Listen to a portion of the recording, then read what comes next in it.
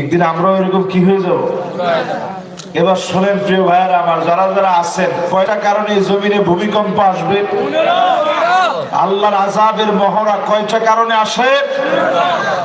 এক নাম্বার কারণ শুনেন, ইদা তুখিদাল ফাইয়ুদ ওয়ালা, জনগণের সম্পদ জনগণ পাবে না। একবারে খাত আরেকবার আরেক খাত ভক্ষণ করে খাবে। সারা দুনিয়ার ভিতরে হলেও বাংলাদেশে জনগণের সম্পদ কেউ খায় না। আরে কথা কয় না, সবাই এক লগে কম খায়। তাহলে প্রথম যে ভূমিকম্প আসার কারণ, এই কারণ আমরা নিজ হাতে বাংলাদেশে তৈরি করছি। এটা তো সবাই ঠিকঠাক কিছুই কয় না।